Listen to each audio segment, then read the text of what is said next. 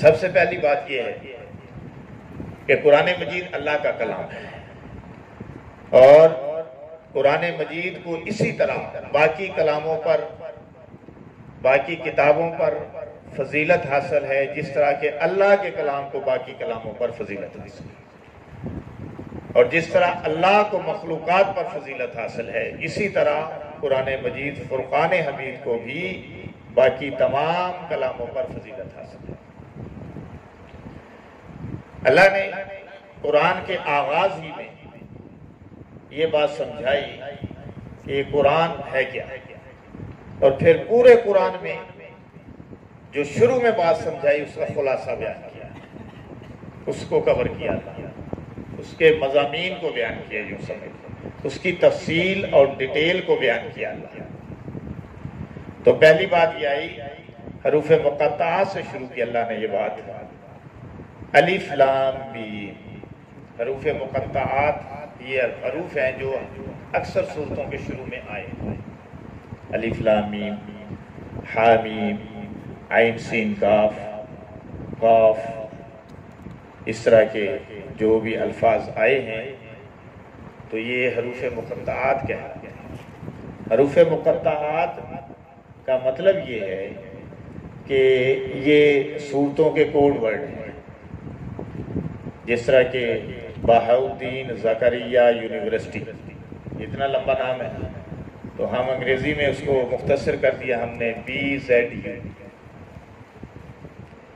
علامہ Iqbal open university AIOU بنا دیا ہم نے، اس سے پتہ چل جائے گا علامہ اقبال اوپن یونیورسٹی۔ اسی طرح اللہ نے یہ کوڈ ورڈ بنائے، لیکن یہ جو میں نے ابھی کوڈ ورڈ بولے ہیں اس طرح کے بہت سارے اداروں کے کوڈ ورڈ ہیں، ان کی تو ہمیں سمجھ ہے، ان کا تو پتہ ہے کہ یہ اس کا مطلب بہاؤدین زکریا یونیورسٹی ہے، یا اس کا مطلب علامہ اقبال اوپن یونیورسٹی ہے، اس کا مطلب یہ، اس کا مطلب یہ، لیکن قرآن کے ان کوڈ ورڈز کا کسی کو معلوم نہیں۔ اللہ اعلم بمرادی، اللہ ہی ان کی حقیقی مراد کو جانتا ہے، پہلی تفسیر یہ۔ دوسری تفسیر یہ ہے کہ اگر اللہ نے بتایا ہوگا تو اپنے نبی کو بطور راز کے بتایا ہوگا، امت کو نہیں بتایا۔ تو ہیں یہ الفاظ انتہائی بابرکت اور انتہائی جامع الفاظ ہیں۔ یہ بھی خیال کیا جاتا ہے کہ جس سورہ کے شروع میں جو لفظ آئے ہیں یہ والے حروف مقطعات، الف لام میم، حامیم، عین سین قاف وغیرہ، اس طرح کے جو حروف بھی آئے ہیں، تو پوری سورہ کے اندر اسی کا خلاصہ ہے، اسی کے مضامین ہیں۔ ہم سمجھ نہیں سکتے اس کو، اللہ ہی سمجھتے ہیں اس کے حقیقی مراد۔ اب آگے چلتے ہیں۔ ذالک الکتاب لا ریب فیہ، یہ کتاب قرآن مجید، اس میں کوئی شک و شبہ نہیں، یعنی اللہ نے بات ہی ختم کر دی۔ دیکھیں کتاب کو شروع اللہ نے کس طرح کیا ہے کہ ہم جو کتاب پڑھ رہے ہیں، اگر پڑھتے پڑھتے پڑھتے پڑھتے درمیان میں جا کے اللہ کہتے ہیں یا اینڈ میں جا کے اللہ کہتے ہیں کہ اس کتاب میں کوئی شک و شبہ نہیں، تو بات پوری طرح صحیح سمجھنا کہ اب کیوں ضرورت پڑ گئی، پہلے کیوں نہیں کہا اللہ نے۔ تو اللہ نے شروع میں ہی کہہ دیا کہ یہ جو کتاب ہے نا یہ کلام الہی ہے، کلام الہی ہونے میں اس میں کوئی شک و شبہ نہیں۔ اگر کوئی شک کرے گا، کوئی اس پہ شبہ کرے گا کہ یہ کلام الہی نہیں ہے، تو اس کے اپنے ذہن میں شک ہے، شبہ ہے، اس کے ذہن میں کجی ہے، ورنہ کلام الہی یہی ہے، اس میں کوئی شک و شبہ نہیں۔ اور جو شک و شبہ کرے گا وہ درگاہ سے راندہ ہو جائے گا، وہ اسلام دین سے نکل جائے گا۔ اس لیے فرمایا الف لام میم ذالک الکتاب لا ریب فیہ، الف لام میم یہ کتاب قرآن مجید، اس میں کوئی شک و شبہ نہیں، ھدی للمتقین، یہ متقین کے لیے ہدایت ہے، ہدایت نامہ ہے، راہ ہدایت ہے۔ کن کے لیے؟ متقین نہیں، آپ متقی ہیں، یہ بھی گل سوچیے نا، آپ متقی تو نہیں، تو پھر یہ تو متقین واسطے ہدایت نامہ ہو، آپ تو پھر ویلے، آپ اس کو سمجھیں۔ سوال کرنے کا میرا مطلب آپ کے ذہن کو توجہ دلانا تاکہ ذہن میں بات آئے، پتہ چلتا چلتا ہم بھی متقی ہیں، اولیاء بھی متقی ہیں، اصفیاء بھی متقی ہیں، علماء بھی متقی ہیں، حتیٰ کہ انبیاء بھی متقی ہیں، لیکن درجے ہیں، متقین کے بھی درجے ہیں۔ یوں سمجھ لے ہم سب سے کم ترین درجے میں ہیں متقی کے، ہیں متقی ہم۔ جو بھی اللہ سے ڈر گیا، اس کے سامنے سجدہ کر گیا، وہ متقی ہے۔ اب آپ لوگ سب مسجد میں آئے ہوئے ہیں، لیلۃ القدر کی تلاش میں آئے ہوئے ہیں، تراویح میں قرآن سننے کے لیے آئے ہوئے ہیں، قرآن کی فضیلت سننے کے لیے آئے ہوئے ہیں۔ اللہ کا کسی درجے میں کوئی دھیان، کوئی ڈر، کوئی خوف آیا ہے تو آیا ہے۔ تو جب کسی درجے میں بھی دل میں خوف اللہ کا آ گیا تو متقی میں شامل ہو گیا۔ اب جتنا گوڑ ڈالے گا اتنا میٹھا ہوتا چلا جائے گا، اتنے درجے بڑھتا چلا جائے گا، اتنے درجے چڑھتا چلا جائے گا۔ جیسا کہ اللہ نے حافظ قرآن کے متعلق فرمایا کہ حافظ قرآن کو اللہ وہ درجہ عطا فرمائیں گے کہ جنت کا سما ہوگا، اور ہر ایک جنت کے درجوں پہ اپنے اپنے اعمال کے مطابق بڑا جوان ہوگا۔ لیکن اللہ حافظ قرآن سے فرمائیں گے قرآن پڑھنا شروع کر۔ حافظ قرآن پڑھنا شروع کرے گا، الف لام میم ذالک الکتاب لا ریب فیہ ھدی للمتقین۔ پہلا درجہ، دوسرا درجہ، تیسرا درجہ، اللہ فرمائیں گے قرآن پڑھتا جا، جنت کے دروازے چڑھتا جا۔ الف لام میم سے شروع کیا، والناس پر جب ختم کرے گا اللہ فرمائے گا اب تیرا آخری درجہ یہ ہے۔ یہ قرآن کی بات۔ اس لیے ہم اپنے بچوں کو حافظ قرآن بھی بنائیں، لیکن حافظ قرآن بنائیں پھر ان کو سنبھالیں بھی کہ حافظ قرآن بن جائے پھر بڑا جھوٹا بھی بن جائے تو اچھی بات نہیں۔ حافظ قرآن بن جائے بد عمل بن جائے اچھی بات نہیں۔ حافظ قرآن بھی بن جائے بے نمازی بھی ہو جائے اچھی بات نہیں۔ حافظ قرآن بھی بن جائے آوارہ بھی ہو جائے اچھی بات نہیں۔ اس لیے حافظ قرآن بھی بنانا ہے، اس کو سنبھالنا بھی ہے، کیونکہ سنبھالنا ہم ہی ہے۔ ہم اس کو اپنے ساتھ رکھیں گے، اس کو مسجد کے ساتھ اٹیچ رکھیں گے، اس کو دین کے ساتھ اٹیچ رکھیں گے، جتنی توجہ سے اسے حفظ کرایا ہے پھر اتنی توجہ اس پر دیں گے کہ یاد بھی رکھیں گے۔ ورنہ آپ دیکھ ہی رہے ہیں کتنے حافظ قرآن مسجد میں نہیں آتے، داڑھی بھی نہیں ہے چہروں، سٹائل بھی نہیں ہے حافظوں والا، کچھ بھی نہیں ہے، بد عملی ہے کہ انتہا درجے کی ہے۔ بعض لوگ پھر جو ہے وہ اعتراض کرتے ہیں کہ یار حافظ ہو کے آیا ہو، حافظ ہو کے آیا۔ حالانکہ حافظ قرآن کے متعلق اللہ نے فرمایا، حضور پاک صلی اللہ علیہ وسلم نے فرمایا کہ جو حافظ قرآن ہے نا وہ اپنے آپ کو عام نہ سمجھے، اپنے آپ کو وہ بھی خاص سمجھے، دنیا داروں کی طرح بازاروں میں آوارہ گردی نہ کرے، دنیا داروں کی طرح بہیو نہ کرے، اس لیے کہ اس کی دو پسلیوں کے درمیان اللہ نے اپنا قرآن رکھ دیا ہے۔ یہ تو حافظ قرآن کے لیے، اور جو حافظ قرآن ہے آپ اور ہم اس کی عزت کریں، ہمارے ذمے ہے اس کی عزت، چاہے وہ آپ کا بچہ ہے اس کی عزت کرو۔ جب آپ کا بچہ تھوڑا سا بڑا ہوتا ہے تو آپ اس کو شروع سے ہی کہتے ہیں کہ چودھری صاحب، ملک صاحب، پیر صاحب، رانا صاحب، تاکہ لوگوں بھی پتہ لگے یہ رانا ہے، یہ لوگوں پتہ لگے چودھری ہے جی، یہ لوگوں پتہ لگے ملک صاحب ہے، انہیں پتہ لگے، انہوں بھی پتہ لگے۔ بھئی حافظ قرآن کو خود بھی پتہ ہونا چاہیے کہ میں حافظ قرآن ہوں، میرا عام مقام نہیں ہے، اور جو اس کے ساتھ اٹیچ ہے، اس کے والدین ہیں، اس کے بہن بھائی ہیں، اس کے رشتہ دار ہیں، اس کے دوست ہیں، اس کے احباب ہیں، ان کو بھی پتہ ہونا چاہیے کہ یہ حافظ قرآن ہے۔ اس کے ساتھ بولے تو تمیز سے بولے، آرام سے اس کے ساتھ بہیو کرے، اس کو دوسروں کی طرح مارے نہیں۔ جیسا کہ رسول اللہ صلی اللہ علیہ وسلم نے فرمایا کہ غلام رکھو تو نمازی رکھو، لیکن اس کو مارو نہیں، کیونکہ نمازیوں کو ہمیں مارنے کا حکم نہیں ہے۔ ساری دین میں باتیں موجود ہیں، تو حافظ قرآن کو اپنا بھی خیال رکھے، لوگ بھی اس کا خیال رکھیں۔ تو آگے چلتے ہیں، فرمایا ھدی للمتقین، متقین کے لیے راہ ہدایت ہے، متقین کے لیے جو اللہ سے ڈر گیا وہ راہ ہدایت اختیار کر گیا، جو اللہ سے ڈر گیا۔ مجھے یہاں پہ نسو کا واقعہ یاد آ رہا ہے کہ ایک آدمی تھا جس کا نام نسو، اصلی نام تو اس کا نسو نہیں تھا، لیکن علامہ جلال الدین رومی نے اس کو نسو کا نام دے دیا، اس لیے کہ قرآن مجید میں آیت ہے یا ایھا الذین آمنوا توبوا الی اللہ توبۃ نصوحا، اے ایمان والو اللہ کے سامنے توبہ کرو، پکی توبہ۔ تو علامہ جلال الدین رومی نے ایک مثنوی بیان کی، مثنوی میں ایک تمثیلی واقعہ بیان کیا کہ ایک آدمی تھا، اس کا سٹائل جنانہ تھا، جس کو عام طور پر ہم کہہ لیتے ہیں خسرا،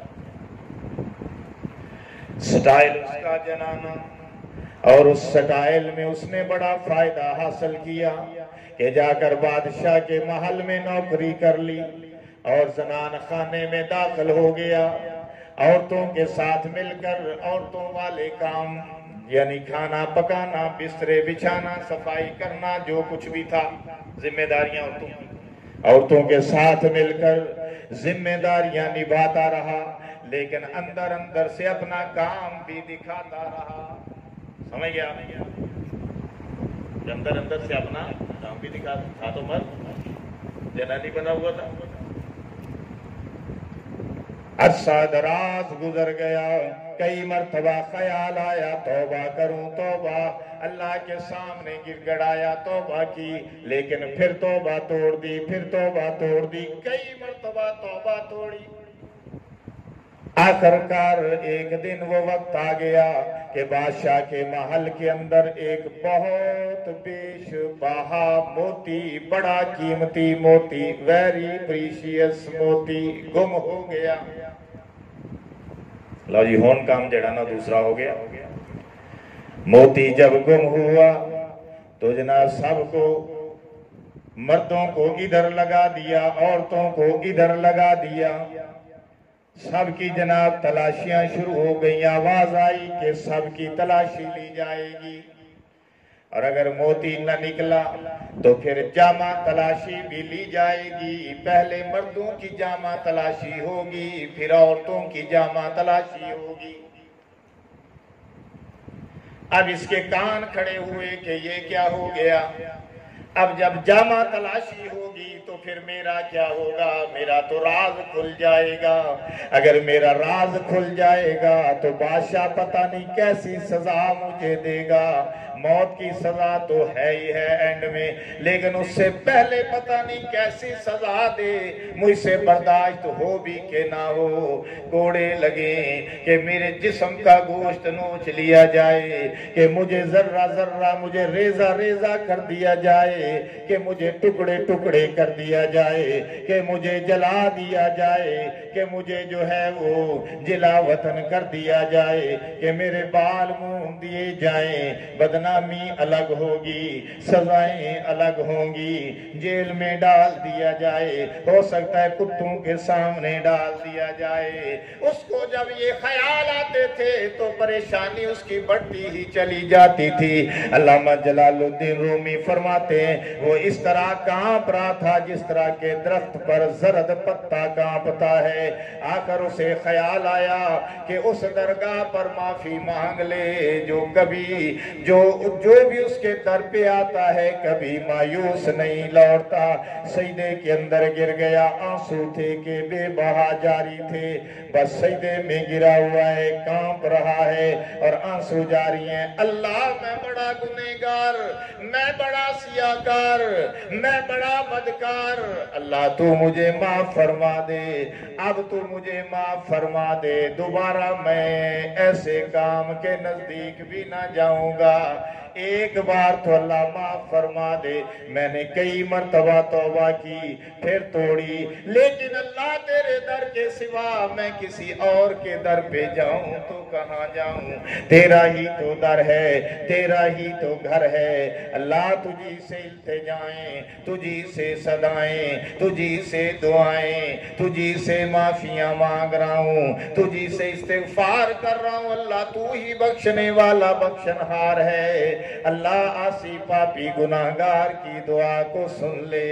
اللہ مجھے معاف کر دے، مجھے معاف کر دے، مجھے معاف کر دے۔ ادھر جامع تلاشیاں شروع ہیں، مردوں کی جامع تلاشی کمپلیٹ ہو گئی، اب عورتوں کی جامع تلاشی کی جب باری آئی، ہوتی رہی جامع تلاشی، ہوتی رہی اور ایک دم سے آواز آئی، نسو کہاں ہے؟ جب نسو کو آواز پڑی تو ساتھ ہی دوسری طرف سے آواز آئی کہ موتی مل چکا ہے، کہو سبحان اللہ۔ اللہ نے اس کا راز نہیں کھولا۔ اس بات سے مجھے ایک بات یاد آ گئی کہ میرے جیسے قاری امین جیسے، ہم بھی تو انسان ہیں آپ طرح کے، ہم کون سا فرشتے ہیں، ہم سے بھی غلطیاں ہوتی ہیں، ہم سے بھی کوتاہیاں ہوتی ہیں، ہم سے بھی گناہ ہوتے ہیں۔ اللہ قیامت کے دن بلائے گا، اپنے رحمت کے پردوں میں چھپائے گا، پردوں میں چھپا کے اللہ ایک ایک گناہ کا اقرار کرائے گا، ہاں بھائی قاری انیس سلیمان، ہاں بھائی قاری محمد امین، ہاں بھائی فلاں مولانا ابراہیم، ہاں بھئی زین العابدین، ادھر آؤ نظر آپ لوگ بڑے لوگوں کے سامنے نیک بنے ہوئے تھے، ایک بنے ہوئے تھے، لوگوں کو اچھائی کا درس بھی دیتے تھے، لیکن پھر تم نے فلاں فلاں وقت پر یہ غلطیاں بھی کی تھی، اب بتا، کیونکہ سب سے سب کچھ بتایا جائے گا، سب اقرار کرایا جائے گا۔ تو یہ ایسے نیک لوگ جو لوگوں کے سامنے ولی، جو لوگوں کے سامنے عالم، جو لوگوں کے سامنے متقی، جو لوگوں کے سامنے حافظ، اندر اندر چھپ کر اللہ سے معافیاں مانگ لی، کبھی کوئی گناہ غلطی کمی کوتاہی ہو گئی، اللہ فرمائے گا وہ تو ٹھیک ہے، لیکن یہ بتاؤ نہ ایسا کیا ہے کہ نہیں تم نے کیا؟ اللہ کیا تو اس سے تو کوئی بات چھپی نہیں۔ اللہ فرمائے گا اب بتاؤ میں کیا کروں، اب میں تمہارے ساتھ کیا کروں؟ عرض کریں گے ایسے لوگ، اللہ اگر دنیا میں پردہ رکھا ہے تو قیامت کے دن بھی پردہ نہ کھول، تیری مہربانی۔ اللہ فرمائیں گے ٹھیک ہے، دنیا میں بھی اگر تمہاری پردہ دری نہیں کی تو میں ستار ہوں، غفار ہوں، آج قیامت میں بھی تمہاری پردہ دری نہیں کرتا، جاؤ جنت میں داخل ہو جاؤ، کہو سبحان اللہ۔ اس لیے وہ فیصل آباد والے مولانا صاحب ایک ہیں،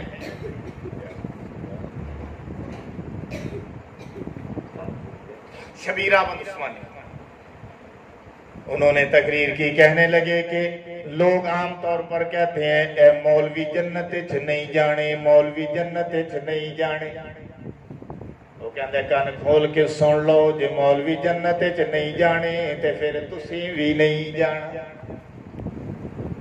مولویوں دے پیچھے ہی جانا، ایتھے ہی مولویوں دے پیچھے، اتھے ہی مولویوں دے پیچھے۔ مولوی بھی انشاءاللہ جنت میں جائیں گے، آپ کو بھی لے کر جائیں گے، کہو انشاءاللہ۔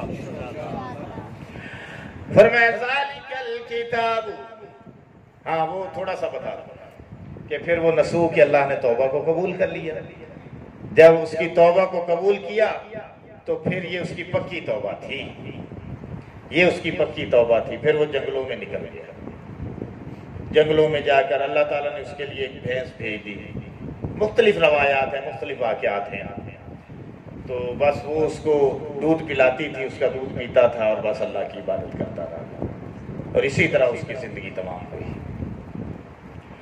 واپس آ جائیں ذالک الکتاب لا ریب فیہ ھدی للمتقین الذین یؤمنون بالغیب ویقیمون الصلاۃ ومما رزقناہم ینفقون۔ جو لوگ ایمان لائے غیب پر، اللہ کے غیب پر۔ کون سا غیب؟ اللہ آپ بھی پڑھتا ہے غیب میں۔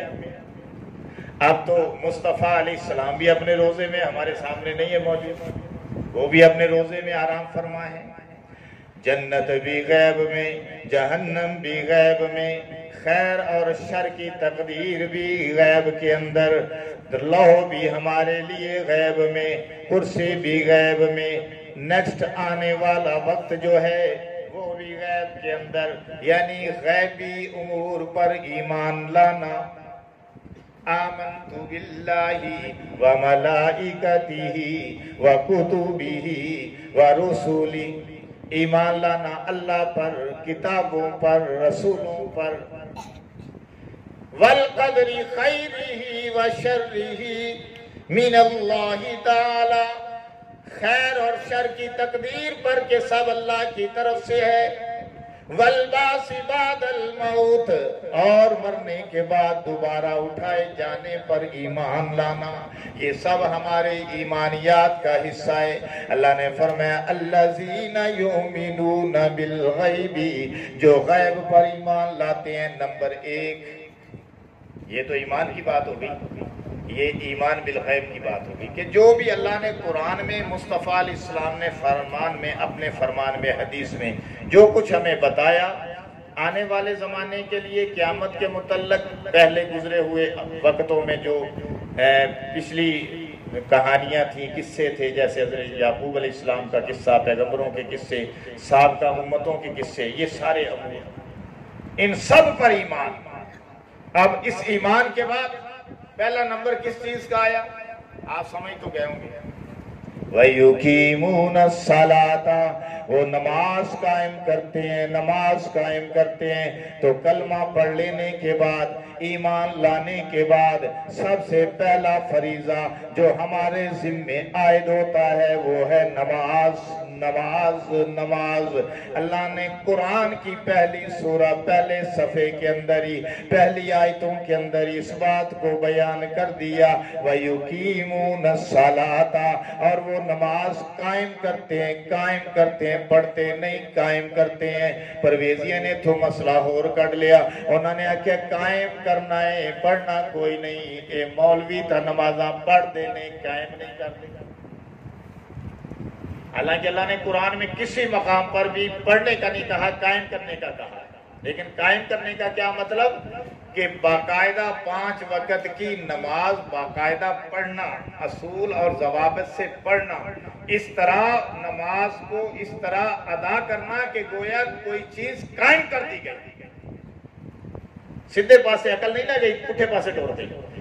جیسے خیمہ قائم کر دیا گیا، جیسے کوئی عمارت قائم کر دی گئی، جیسے یہ مسجد قائم کر دی گئی، جیسے کوئی پلر قائم کر دیے گئے، اس طرح نماز کو قائم کر دینا کہ کبھی اس کو نہ بھولنا، کبھی اس کو نہ چھوڑنا، کبھی اس کو قضا نہ کرنا، اگر قضا ہو جائے تو ادا کرنا، اس کو کہتے ہیں قائم کرنا۔ پرویزیہ نے پٹھا ہی کام چلا دیا۔ یہ تھوڑا سا اس لیے بتا دیتے ہیں تاکہ آپ ایسے لوگوں کے ہتھے نہ چڑھ جائیں، ایسے لوگ پھر پریشان کرتے ہیں بندے۔ وَيُقِيمُونَ الصَّلَاةَ، اور وہ نماز قائم کرتے ہیں۔ وَمِمَّا رَزَقْنَاهُمْ يُنْفِقُونَ، اور اللہ نے جو انہیں رزق دیا ہے اس میں سے خرچ کرتے ہیں۔ 2 پوائنٹ اندے 10 کے پھر رکھے۔ پتا چلا کہ رزق جتنا بھی ہمارے پاس کس کا دیا ہوا ہے؟ اللہ، اور ہم اس میں سے اٹھا کے دیتے ہیں۔ جیسے اب آپ نے قاری صاحب کی خدمت کی تو یہ اللہ کے آپ کا اپنا نہیں تھا، نہ میرا اپنا تھا، نہ آپ کا اپنا تھا، یہ اللہ کا رزق تھا۔ آپ سوچیں نا کہ اللہ چاہے تو 1 منٹ میں سب کچھ چھین لے، ہاں جی، 1 منٹ میں سب رزق ختم ہو جائے، بارشیں نہ ہو، رزق پیدا ہی نہ ہو، آندھی آئے، طوفان آئے، گڑے آئے، برف باری ہو، 1 منٹ میں صفایا فصل ہو۔ کون دیتا ہے رزق؟ اللہ۔ تو فرمایا میرے دیے ہوئے رزق میں سے خرچ کرتے ہو نا، تو اللہ کے دیے ہوئے جب یہ ذہن میں ہوگا کہ یہ بھی اللہ کا ہے اور جو خرچ کرنے کا حکم دے رہا وہ بھی اللہ ہی ہے، تو پھر خرچ کرنا آسان ہو جاتا ہے۔ اور یاد رکھیے خرچ کرنے سے بڑھتا ہے، خرچ کرنے سے کام نہیں ہوتا۔ اپنی کوٹھیاں بناتے چلے جاؤ، اپنے محلات تعمیر کرتے چلے جاؤ، بناؤ بناؤ، اچھی بات ہے، اچھی بات ہے، اللہ برکت عطا فرمائے، اللہ حفاظت فرمائے، لیکن اپنی کوٹھیاں بناتے بناتے مسجدوں کو فراموش کبھی نہ کرنا، میری بات یاد رکھنا۔ اگر ہم نے اپنی کوٹھیاں بنائی اور مسجدوں کو فراموش کیا کہ یہاں پہ اگر آپ سے ایک اینٹ مانگی گئی تو آپ یہ نہیں دے سکتے، اور لاکھوں روپے اپنی کوٹھی پہ لگا رہے ہیں، تو یاد رکھنا یہ نقصان والا سودا ہے، نفع والا سودا نہیں۔ یہ بات یاد رکھنا، اور پھر اس کا نقصان بھی ویسے ہی ہوتا ہے جیسے ہوتا ہے۔ وہ مختلف ہیں، اللہ تعالیٰ کے معاملات ہیں، وہ کیسے ہیں جی، اس کو کس طرح اللہ معاف فرمائے ہیں جی، پھر وہ ہمارے سامنے جب چیز آتی ہے پھر ہم پچھتاتے ہیں، بعض لوگ اس وقت بھی نہیں پچھتاتے۔ اس لیے اللہ کے حصے نکالتے رہا کرو، اپنا حق ادا کرتے رہا کرو۔ اگر آپ 20 لاکھ روپے اپنی کوٹھی پہ مکان پہ لگا رہے ہیں، کوئی اصطلاح تو اب تو شاید کوئی نہیں، 1 کروڑ اگر آپ نے اپنی کوٹھی پہ لگایا ہے، تو اگر 2-4 لاکھ مسجد کو دے دو گے، پہلے سے حصہ طے کر لو، مدرسے پہ لگا دو گے، تو بتائیں کیا گھاٹا پڑے گا؟ اللہ نے اتنا جو دیا 1 کروڑ روپیہ دیا، اس کروڑ میں سے 1-2 لاکھ دینے میں کوئی حرج ہے؟ لیکن ہم سے تو چند 100 بھی نہیں دیے جاتے۔ تو یہ کتنے افسوس کی بات ہے اور کتنی بے حسی کی بات ہے۔ حالانکہ یہ مسجدیں کوئی سرکاری ادارے نہیں ہیں، یہ مدارس ہمارے کوئی سرکاری ادارے نہیں ہیں، سرکار سے ایڈ نہیں آتی یہاں پہ۔ یہاں پہ ہم نے ہی سب کچھ کرنا ہے، یہ ہماری مسجدیں ہیں، ان کا ذمہ ہمارے اوپر ہے، ہم نے ان کو چلانا ہے۔ تو بار فرمایا وَمِمَّا رَزَقْنَاهُمْ يُنْفِقُونَ، اور اللہ کے دیے ہوئے رزق میں سے خرچ کرتے ہیں۔ اگلی بات، یہ کتنی باتیں آ گئی؟ پہلا ایمان، دوسرا نماز، تیسرا اللہ کے راستے میں خرچ کرنا۔ وَالَّذِينَ يُؤْمِنُونَ بِمَا أُنزِلَ إِلَيْكَ وَمَا أُنزِلَ مِن قَبْلِكَ، اور وہ ایمان لاتے ہیں جو اللہ نے نازل کیا اس پر، جو اللہ نے نازل کیا اس پر کیا کرتے ہیں؟ یہ اللہ نے نازل کیا، یہ قرآن اللہ کا نازل کیا، اللہ کے نازل کیے ہوئے پر ایمان رکھتے ہیں۔ والذین یؤمنون بما انزل الیک، اے محمد محبوب صلی اللہ علیہ وسلم جو آپ پر نازل ہوا اس پر ایمان رکھتے ہیں۔ وما انزل من قبلک، اور جو اس سے پہلے تورات انجیل زبور اور جو انبیاء پر صحیفے نازل ہوئے اس پر ایمان رکھتے ہیں۔ وبالآخرۃ ہم یوقنون، اور آخرت پر یہ یقین رکھتے ہیں، آخرت پر یقین۔ صرف ایک بات کروں آگے بڑھوں کہ آخرت کا یقین اتنا ضروری ہے، اتنا ضروری ہے کہ سارے اعمال کی بنیاد آخرت کے یقین پر ہے۔ اگر آخرت کا یقین کمزور ہو گیا ہم عمل سے دور ہو جائیں گے۔ صحابہ کرام کا آخرت پر یقین کامل تھا، اس لیے ان کا عمل بھی کامل تھا۔ آج ہمارا آخرت پر یقین کوئی نہیں، مرنے کے بعد پر یقین کوئی نہیں، کہتے ہم ہیں لیکن دل سے مانتے کوئی نہیں۔ اگر آخرت پر یقین ہو تو پھر ہمارے لیے دنیا محبوب نہ ہو، اتنی محبوب کہ جیسے ہم نے تو رہنا ہی ادھر ہے، حالانکہ ہم نے ادھر نہیں رہنا۔ دنیا محبوب نہ رکھو، آخرت محبوب رکھو۔ دنیا کو بقدر ضرورت رکھو، آخرت کو حقیقی طور پر سامنے رکھو۔ صحابہ کرام نے یہی کیا، اس لیے وہ کامیاب ہو گئے۔ اللہ نے انہیں دنیا کے اندر کامیابی کے سرٹیفکیٹ عطا کر دیے۔ فرمایا اولئک هم الفائزون، اولئک هم المفلحون، اولئک هم الراشدون، رضی اللہ عنہم ورضوا عنہ، اللہ ان سے راضی ہو گیا، وہ اللہ سے راضی ہو گئے۔ آخری آیت آ گئی آج کے میرے سبق کی، اولئک علی ہدی من ربہم، یہ جو سابقہ صفات میں نے گنی، ایمان بالغیب، نماز، خرچ کرنا اللہ کے راستے میں، کتابوں پر ایمان، قرآن پر ایمان، پچھلی کتابوں پر ایمان، آخرت پر ایمان، جن کے یہ چیزیں تقریباً 6 بنتی ہیں، جن کی یہ کامل ہیں، کمپلیٹ ہو گئیں، مکمل ہو گئیں، ان کے لیے اللہ نے اعلان کر دیا اولئک علی ھدی من ربہم، یہ اپنے رب کی طرف سے ہدایت پر ہیں، کہو سبحان اللہ۔ بس یہ چیزیں ہمارے اندر آ جانی چاہیے، یہ چیزیں ہمارے اندر آنی چاہیے، تب ہم کامیاب۔ میں قصے کہانیوں کی بجائے میری کوشش ہوتی ہے کہ میں قرآن حدیث کی بات کروں، تاکہ آپ نوجوانوں کو پتہ تو چلے قرآن کیا کہہ رہا ہے۔ فرمایا اولئک علی ھدی من ربہم، یہ اپنے رب کی طرف سے، اپنے رب کی طرف سے ہدایت پر ہیں۔ کس طرح؟ اس طرح کہ گویا ہدایت ان کی سواری ہے، ہدایت ان کی سواری ہے، یہ اپنے رب کی طرف سے ہدایت پر ہیں۔ وَأُولَئِكَ هُمُ الْمُفْلِحُونَ، اور یہی لوگ ہیں جو 100% 100% 100% کامیاب ہونے والے ہیں، کہو سبحان اللہ۔